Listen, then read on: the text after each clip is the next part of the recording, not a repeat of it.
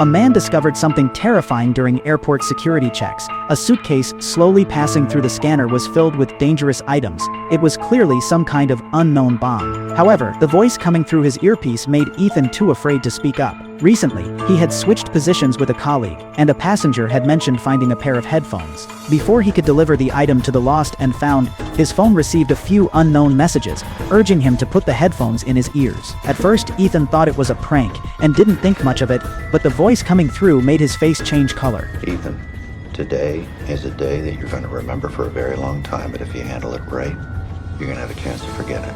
Hello? One bag for one life. The person on the other end said that someone would soon pass by carrying the suitcase, and all Ethan had to do was remain silent. What's in the bag? Diamonds. Out of Papua New Guinea. Bullshit.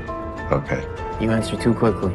At that point, Ethan still held onto a shred of hope, but the voice went on to reveal his home address and that his girlfriend was pregnant. As he continued to talk to the mysterious person, Ethan secretly called the police, but his covert actions were clearly observed by the other party. The voice immediately warned him to hang up the phone, saying that if he spoke another word, his girlfriend would be sent to heaven, as a sniper rifle was currently aimed at her forehead. Ethan was torn, unable to take the risk of doubting whether the person was lying. After a tense silence of several seconds, he hung up and locked his phone in a locker as instructed. However, Ethan didn't give up on trying to save himself. He attempted to send a message to his friend using his watch, but once again the mysterious person noticed and thwarted his plan. Ethan now realized that the person must be nearby, otherwise they couldn't have seen his subtle actions. After placing his watch in the locker as well, Ethan suddenly realized that the person was using cameras to monitor him. They had hacked into the airport security system. Ethan's counter-surveillance skills were excellent. While chatting with the mysterious voice,